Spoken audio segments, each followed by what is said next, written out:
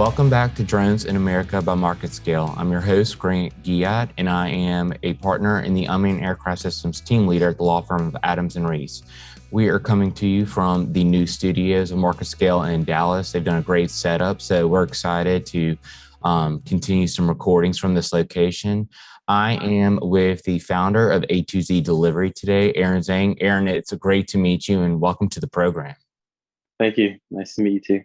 So let's get right into it. I want to start with an interesting subject. When I was looking at your bio, you said you're something like a reverse apple transplant or something like that. You want to explain what you meant by that?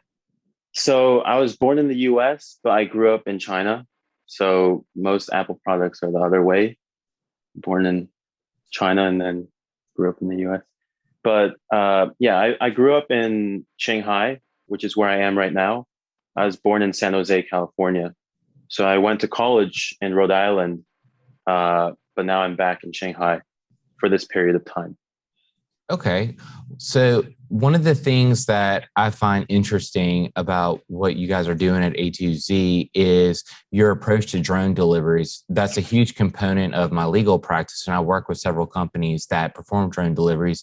And one of our biggest issues, two of our biggest issues, are also operations over people, although now, of course, there's some leeway with that with the new rules. But then even bigger obstacle is beyond line of sight operations. Because in order to achieve true scalability with drone deliveries, eventually you're going to have to be able to perform BVLOS.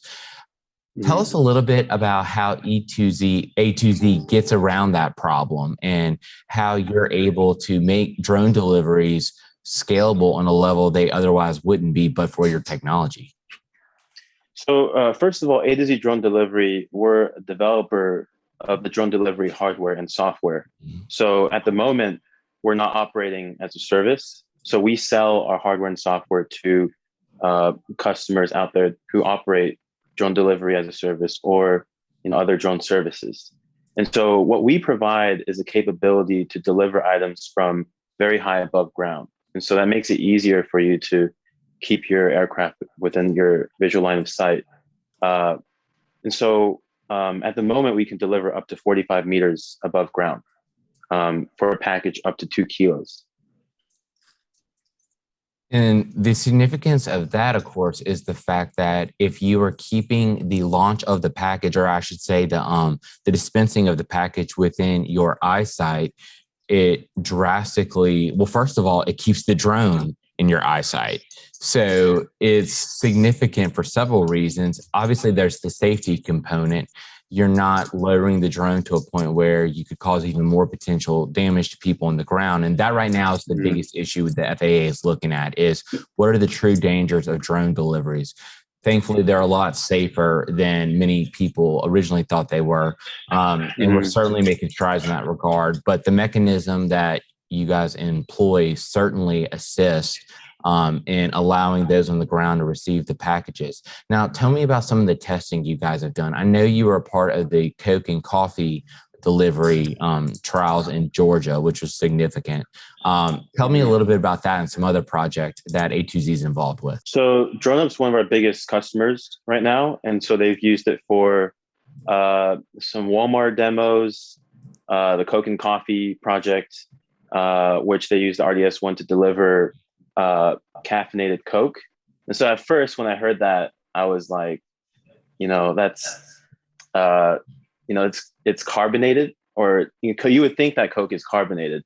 And our mechanism, what's special about it is that there's a free fall and a soft stop over a couple meters.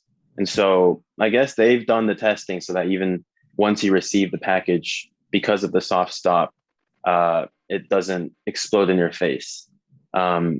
But beyond that, a lot of our testing is done here in the suburbs of Shanghai and in LA. And some of our other customers, Bella Wings in Guam, in Canada, we have a customer. Drone Deck is also our customer. In China, we also have a partnership with a big logistics company. Actually, another one coming up. And so a lot of these customers, we get to see how different users implement the RDS-1 in their own environments. And not just for delivery of say like household goods. We've had customers come from the oil and gas industry wanting to use this to deliver sensors and lower them very close to the ground, keeping the drone safely far away from the ground. And because we have a capability to show you exactly where the payload is off the ground, so not just the drone where we have a LiDAR, we know exactly where the payload is off the ground. And so if they want to have that sensor, near water or near, a radioactive source, we've had state level agencies come to us and ask for inspecting radioactivity. And so you obviously don't want your drone to be near, these sources. And so, we have this mechanism that can let them keep the drone safe, but also keep the sensor close to the source. And so in terms of testing, that's, we've launched last November. And since then, we've grown a lot. We went from, in the beginning, just one customer, now to many customers, and slowly branching out into different industries. But yeah, one that really excites me is the shorter ship deliveries, because, it's hard to land on a ship. And especially with the platform that most people are using right now, the DJI M600 Pro, you're not on 4G yet. And so you're really limited a lot by the signal interference. And out at sea, you can fly for, 3 kilometers, 5 kilometers. And that really opens up like the capabilities of the platform. And so it's very exciting seeing how different customers, different partners are leveraging our system in different ways. You brought up the shortest ship. I was going to say maritime is a huge target opportunity for drone delivery operators, because for the reasons you said, it's challenging to land the drone or land the package on the ship. You also brought up two of my clients, one of them, of course, being Drone Up, and then the other one being Bella Wings Aviation. I'm actually headed to Guam in a few days to do some stuff over there. So that's going to be interesting. I've never been on a flight quite that long, but the thing about islands, and Guam isn't necessarily a chain of islands, but in that area of the world, as you know, there are a lot of chains of islands, and often you're looking at having to employ a ship or an airplane or a helicopter to get goods from one island to the other. What I'm thinking in terms of the technology that A2Z employs, it could be very convenient in terms of flying over the ocean, the little short way to get to another island, seeing it drop down, and then come back in real time. I think that's another potential use. Inner island drone deliveries is kind of a growing thing, and I see this playing a role in that as well. So tell me now what you've done in terms of taking this tether and delivering it with the tether, for lack of a better word. You've removed the danger of the blades from the drone hurting the potential of the blades hurting someone. Now, is there any risk that comes with the tether? What do you guys do to protect against the tether snagging up and perhaps someone getting caught in it? How do you safeguard against that? So we have several different features that safeguard against that. The first being, while you reel up, it slows down as soon as it's 2 meters below the drone. And so if it senses the hook or a payload is coming back up close to the drone, it will slow down a lot. So say it's windy, reduce that pendulum effect significantly. The second thing is that if the tether gets caught on a tree, a power line, or if somebody's tugging on it, we can abandon the whole reel of tether. And so, you can just, you can give it abandon function, and then it'll just let go of the entire reel. And so these are mainly the two things that we do.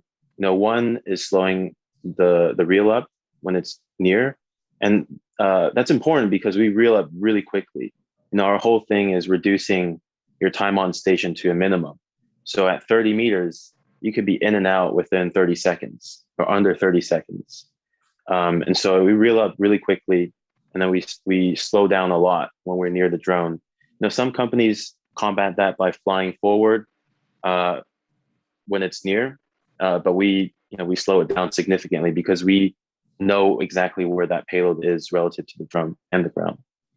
That's fantastic, because as I'm sure you know, the FAA, their overall focus is always going to be on safety and how Mhm. much you can safeguard against disaster, casualties, danger, harm, the more leeway the FAA is going to give you. So being able to adapt this technology and show that you have safeguards against the technology harming people is vital. And it sounds like that A2Z has done a great job of thinking that through.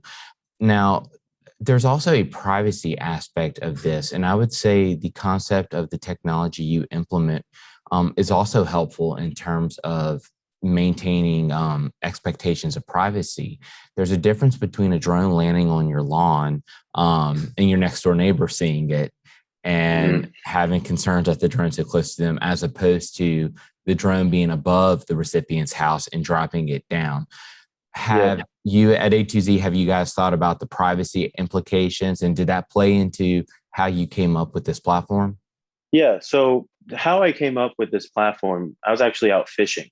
So I went to school at Brown. On the weekends, I would go down to Newport and go out to fish. So one day I was out there fishing and I dropped the bait and tackle through the water, and it free falls through the ocean, and then eventually there's a thump. It hits the ground, and so that's a long distance. We're basically, I thought maybe the boat, the drone is basically like a boat in the sky, and we're lowering the payload, which is the bait and the tackle. Why are we slowly reeling it down when we could just let it fall on its own, but make sure that we gently stop it before it reaches the ground?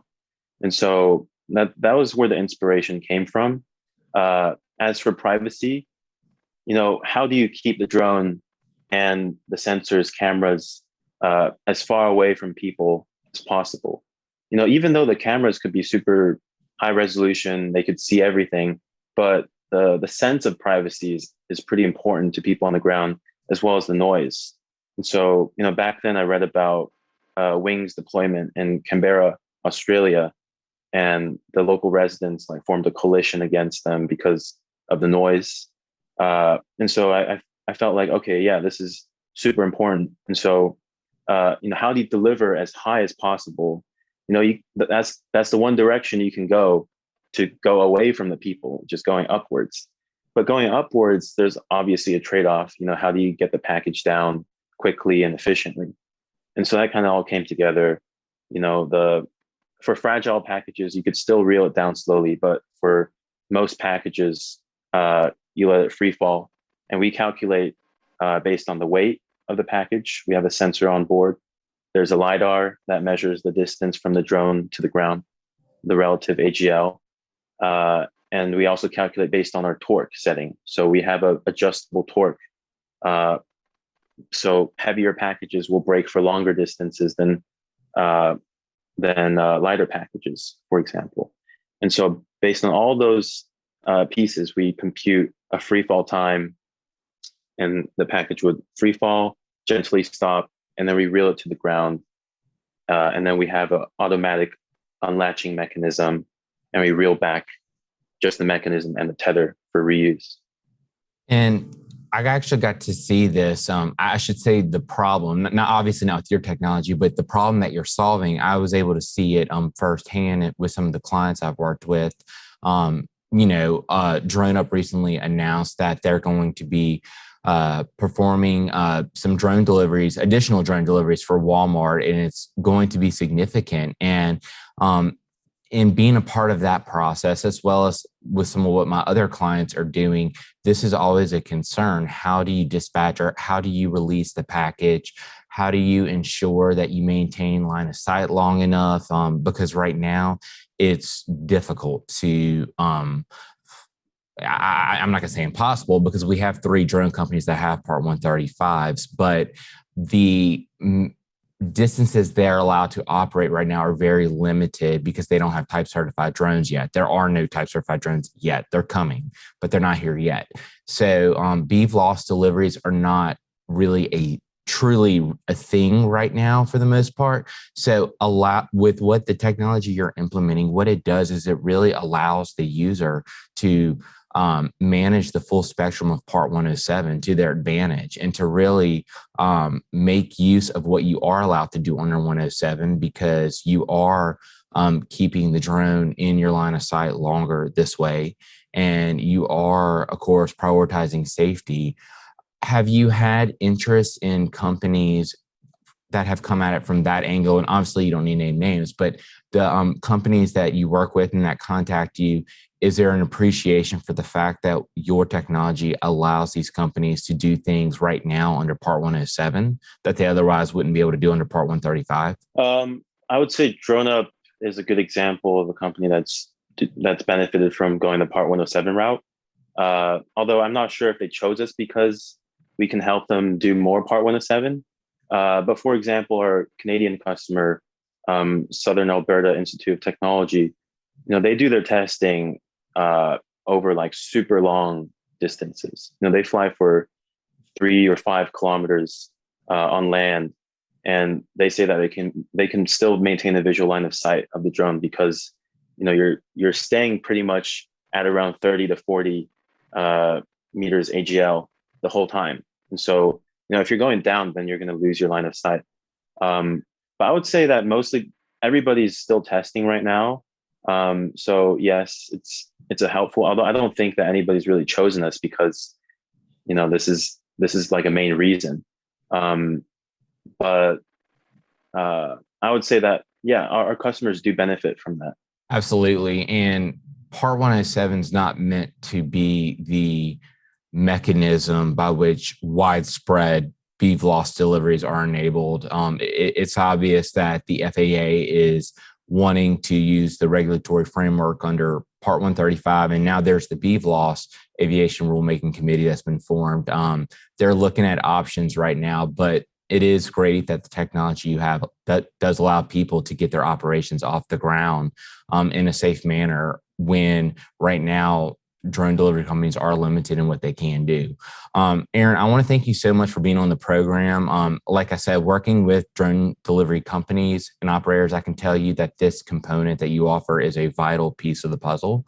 I'm not surprised you're in high demand, and I wish you the best of luck, and I want to keep in touch with you, and definitely have you back on the program and see how things progress, because I have a feeling it's only you're only going to become more busy, I think. So thanks again for being on the program. Thank you, Grant. And we want to encourage our listeners to follow MarketScale on their social media channels. We'll be giving out shirts to listeners, so please follow us on social media. And again, I want to thank Aaron Zhang with A2Z, and we will see you for the next episode of Drones in America by MarketScale.